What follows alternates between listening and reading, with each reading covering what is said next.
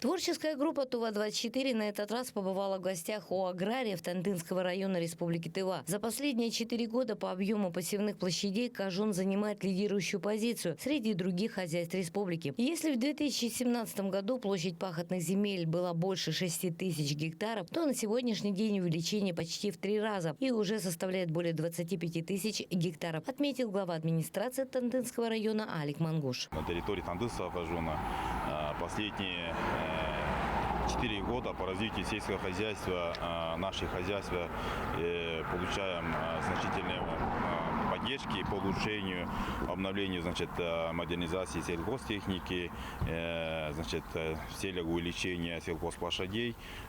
Если сравнительно в цифрах говорить, если в 2017 году, если мы сеяли чуть больше 6 тысяч гектаров, на сегодняшний день мы посевные площади составляет более 30 тысяч гектаров.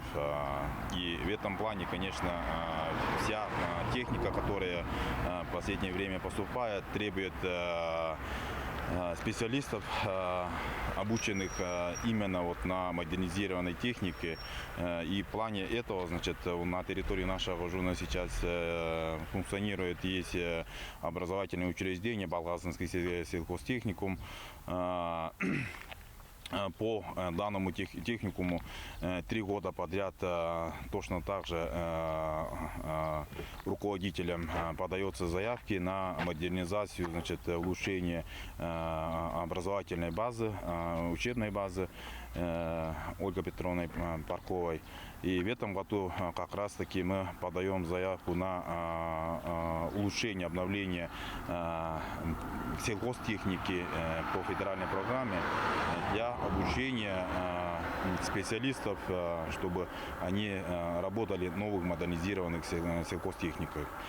По плане животноводства получили в 2019 году полное оборудование на искусственное осеменение крупного рогатого скота. Ежегодно у нас проводится искусственное осеменение, и специально есть ветеринарный врач, семенатор, есть УЗИ-аппарат. Это, конечно, передает улучшение продуктивности животных. Руководитель успешного крестьянско-фермерского хозяйства Александр Боровиков 37 лет проработал водителем станции скорой помощи в Тандынском районе. Лет 7-8 назад, после выхода на пенсию, вспоминает хлебороб, я и решил заняться земледелием. В период посевной у меня работало 6 человек, считая меня. Я тоже, я не хожу с папочкой, не бегаю, я также сижу на тракторе, также сею, также нормы выставляю. Все, я вместе с работягами наравне. Вы меня не узнаете, когда увидите, когда я в посевной форме. Вообще, конечно, 5 человек, в общем, так работаем мы. Сейчас на данный момент у меня по ремонту подготовка идет к паровой системе, к обработке полей, пахоте новых земель, вскрытие земель новых. Сейчас у меня 3 человека работает. По технике у меня 2 Т-150 84 года выпуска. Один трактор МТЗ 56 года выпуска. Они старше, меня еще старше. Один трактор новый. В прошлом году приобрел МТЗ-82. Приобрели. 2 комбайна. Один древний, один свежий. Полесье. Один Енисей 1200, один Полесье. В 2016 году был приобретенный. Поддержка была нашего правительства. У меня на данный момент сейчас не хватает почвообрабатывающей техники. Если как-то я с тракторами бы решил вопрос, ремонтирую, обновляю их и более-менее, то почвообрабатывающей техники просто хронически не хватает. А сейчас я в кредитах, все равно у меня 3,5 миллиона кредита было, но господдержка была 50%, не закрыли, это хорошо, молодцы, как говорится, поддержка хорошая. Но тем не менее эти кредиты висят, и мы еще как-то так думаем, как еще дальше делать что. Хотя специального образования по сельскому хозяйству не имеет, за 8 лет много встречался и общался. Вдобавок выслушал ценные советы от опытных земледельцев, как Виктор Пирогов и Михаил Санников, а также параллельно добывал специальные знания по сельскому хозяйству с помощью интернета. И в результате таких познаний в этом году решил поэкспериментировать на площади в 20 гектаров, говорит фермер. На этом поле я осенью, то есть можно сказать зимой, посеял пшеницу, ячмень, вместе взятые, как говорится, в ноябре месяце. Можно сказать, что это озимые, но это неправильно сказать, что это озимые, потому что посеяна это пшеница яровая и ячмень яровой посеянный. Просто из-за дефицита влаги я ее пробую зимой. Но мы же хранилище храним зерно, оно же не портится. При морозе минус 40 градусов оно лежит, комфортно себя чувствует. Но почему бы оно не должно полежать в земле и комфортнее еще почувствовать? Оно проснется весной, когда влага начинается, просыпается земля, обогревается, и все, и зерно просыпается, насыщенная влагой, и начинает прорастать, интенсивно прорастать. Вот, если все нормально, то, наверное, в конце августа, начало сентября, нет, даже в конце, наверное, августа мы начнем уже уборку вот этого поля экспериментального. Здесь 20 гектар посеяно экспериментальных. Если будет получаться все нормально, то сразу будем расширяться буквально на 100 гектар осенью, зимой посеем. Но там надо будет сеять по-другому, по-разному, маленько изменять. То, что я сделал, какие ошибки, я это увидел, и в этом году я начну исправлять их. Как бы я не рекомендую всем это делать. Почему? Потому что север, юг, Танды, там Улукхем, Пейхем – это совсем разные регионы. Ну, то есть Тула одна, а все температуры разные. Так что может и получиться, у кого-то может не получиться. Вы же знаете такого Пирогова, так? Конечно. Вот. Он, да, мы когда с ним разговаривали, он говорит, да, я, говорит, это дело делал раньше, но не знаю, почему он от этого отступился. Вроде как забыли, стали весной сеять, и вот как бы, ну не знаю. Мы поговорили, но у меня задумки-то просто давно уже были, когда я начал уже работать и из-за дефицита влаги, из-за нехватки времени.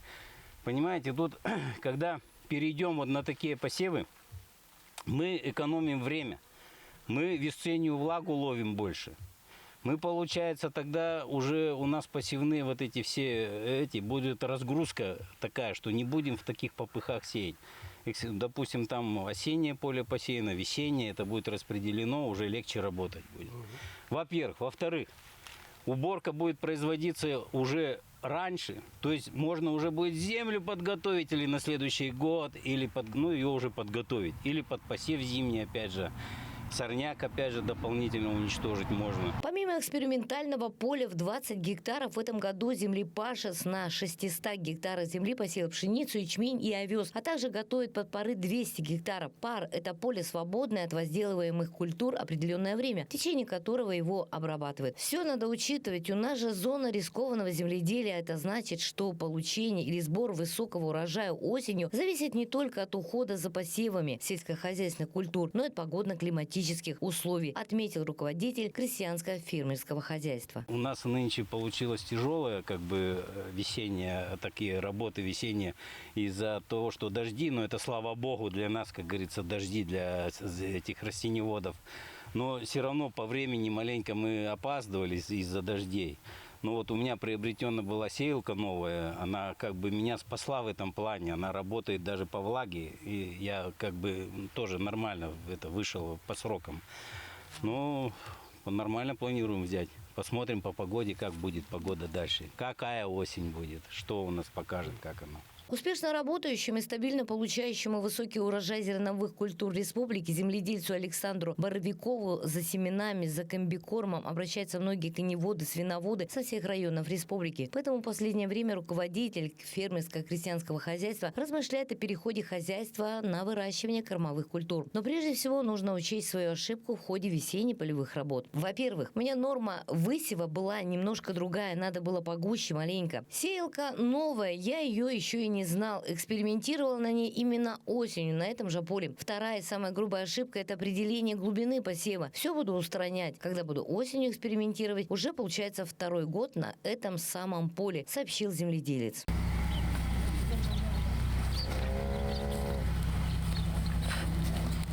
Дальше мы поехали ознакомиться с работой техника-семенатора и ветеринарного фельдшера Аэлиты Мангуш. Чтобы увеличить поголовье племенных телят и получение качественной мясомолочной продукции, Тандынский район 2018 года занимается искусственным осеменением. И тогда, как эксперимент, начали только с 3 коров. В 2019 году 23 коровы, а в прошлом, 2020, осеменили уже 94 коровы. Оптимальное время для искусственного осеменения коров у нас наступает после отела на 45-50 день.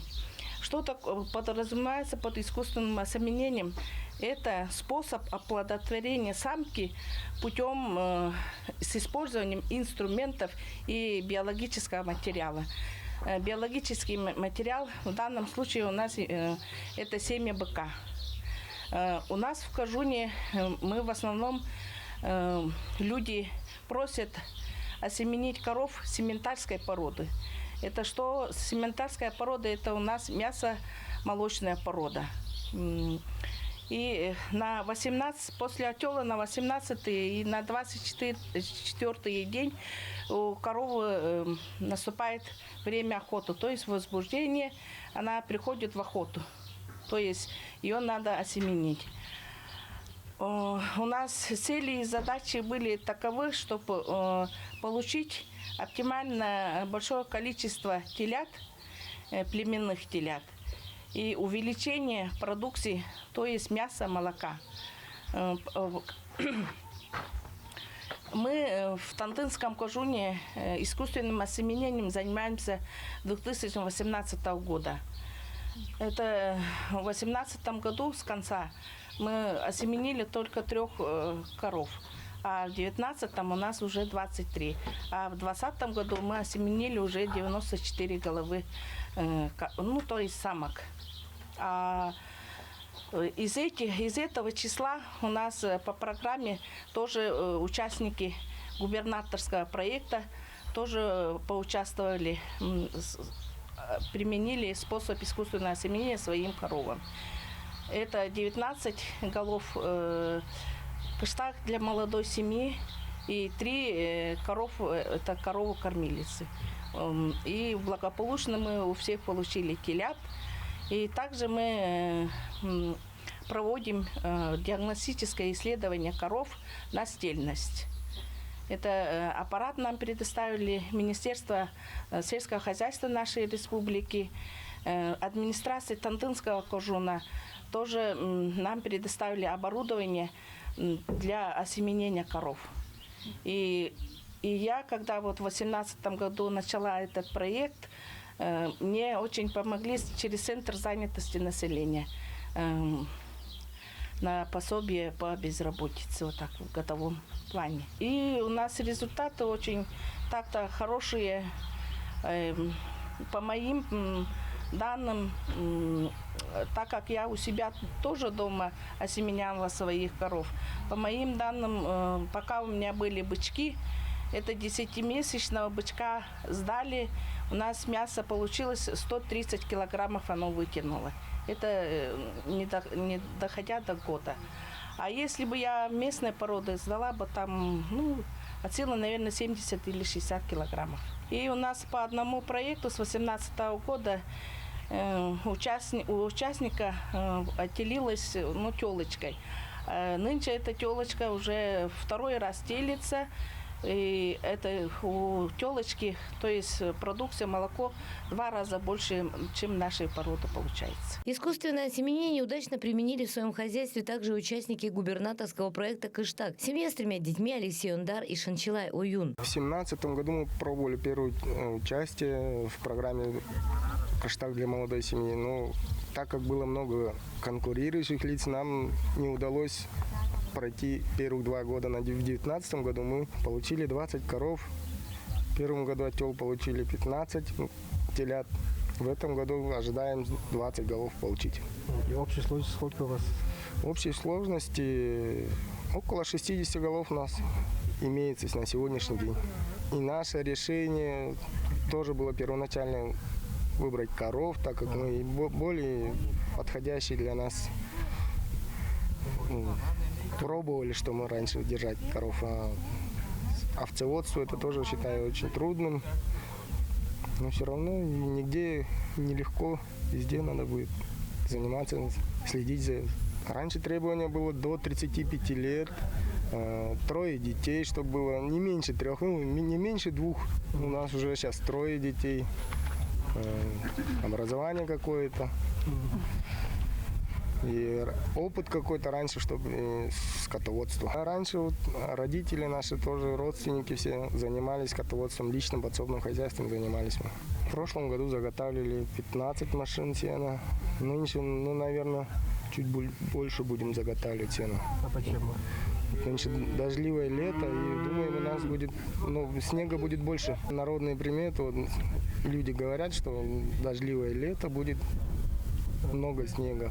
Как отметил глава семьи Алексей, с 2017 по 2019 годы в течение 2 лет с настойчивым желанием подавали документы на участие в вышеназванном проекте. Было очень много молодых людей, которые хотели заниматься скотоводством, и поэтому была большая конкуренция и требования серьезные. В прошлом году мы через ветеринарную службу попробовали осеменить 2 коров, получили теленка, 2 телят, бычка и телочку.